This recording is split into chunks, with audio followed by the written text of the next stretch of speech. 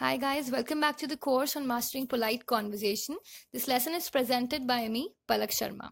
Here are a few things about me. You can have a read and do rate, review, recommend and share this lesson as much as you can because that will help Unacademy connect millions of people who are not yet connected with the revolution. And also if you like my courses, do follow me on Unacademy. This is my link and this is me. So, till now, you've done everything about politeness, the principles, the rules, the common phrases, and everything. But have you ever found yourself in a situation or conversation where you really liked what the other person had to say and you wanted to show them that you are actually looking forward to hearing more of him or her?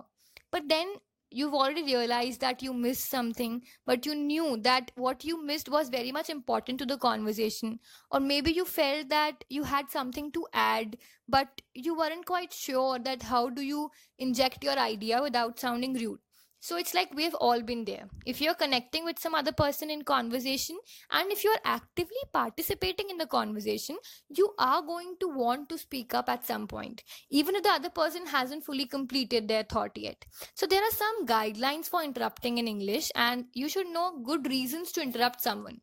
Firstly, you can interrupt to ask for clarification or greater detail. Secondly, you can interrupt to agree with the other person. Then you can also interrupt to show interest and enthusiasm. You can lastly interrupt to show and mention that they have reminded you of a related topic that you'll come back to later. But just remember that if you interrupt politely and with the purpose of connecting with the other person, interrupting can actually show that you are actually actively participating in the conversation, and it can even make the conversation sound better.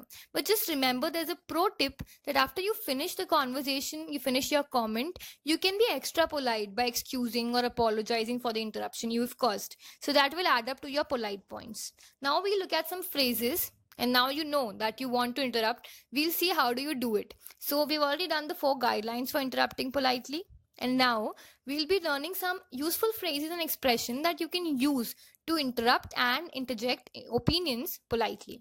So there'll also be some examples which you can use very easily. And to know more, let's just start now. So you have got some polite ways to interrupt now. So try to use these phrases. You can say, I'm sorry to interrupt, but your point. Then if you know that somebody is saying a point and you know one more point, you can add one more point from your side. Then you can say, before the conversation stops, you can say, before we move on to the next point, may I add? And then put your point forward. Then if something is missed by you, you didn't hear something and you know that point is very important for the conversation, you can ask them to repeat again, and you can say, sorry, I didn't catch that. Is it possible to repeat the last point? So in this way, you're not even sounding rude, you're not even sounding intruding, and yet you are completing your task of asking that person to repeat the words. The next one which we have is, excuse me, whatever the name of the person is, may I add to that? And any point which you think is relevant to the topic, you can add that point next. The next way which we have is, do you mind if I jump in here? So if there's a conversation going on, you know that you can be a part of it, you are dying to be a part of that conversation, then it's very simple. All you have to do is, you have to say, do you mind if I jump in here? And that's it. The next term which we have is, pardon me. If you are interrupting someone, all you got to do is start the sentence with pardon me, and you will be like blessed with the boon of politeness. So if you are using the word pardon me, if using this phrase will make your conversation seem much more polite than the normal ones. So just keep on using this phrase, say pardon me before you interrupt, and you will be reducing a lot of burden of politeness from off your shoulders. The next phrase is, I don't mean to intrude, but, then you can say your point again. The last one is, while that is, suppose now in this case, the last one has to be used when you know of a point and you know that the person who's speaking has forgotten that point and the point is important. So you can add that point yourself and you can say, while that is an important point, the one which he has already mentioned, it is also important to add, and then you can mention your point also. So in this way, you will be doing a lot of job easier for both you and him. So these are not the only ones which we have got. We've got many more. We have got various words, various ones which are just minute changes in these above ones, and you can get good ones also, like, can I add something? Can I ask a question for more information? Before you continue, we have done this one. I'd like to comment on that. I'd like to say something. I'd like to remind you. So in this case, if you are like you are concerned being rude, you can do these things. Okay. Again, if you are already a lot of concern that despite saying all these things, you are still going to sound rude, then there are two things you can do to minimize the impact of your interruption.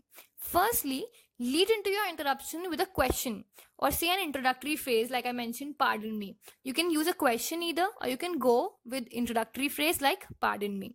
That shows the listener that you care about what you have to say. Then you can also do second thing, you can apologize for the interruption after you've asked a question or shared enthusiasm or interest in the topic of your conversation. Just remember one thing, that interrupting thoughtfully and with good intentions, that helps us to lead a more interesting, more engaging conversation. So if you use the expression and the phrases which we have mentioned above or mentioned before, they can help you a lot to interrupt politely. And then you're not going to be a person who's just going to listen to conversation. You're going to be a part of more interesting conversations in which you're already being an understanding person who see how conversations are at work. So this is all for today. I guess you've learned something really substantial from this lesson. And if you found any queries or if you've got any doubts, you can write in the comment section. I'll try answering them as soon as possible. So thank you and have a nice day. Do rate, review, recommend, and share this lesson as much as you can.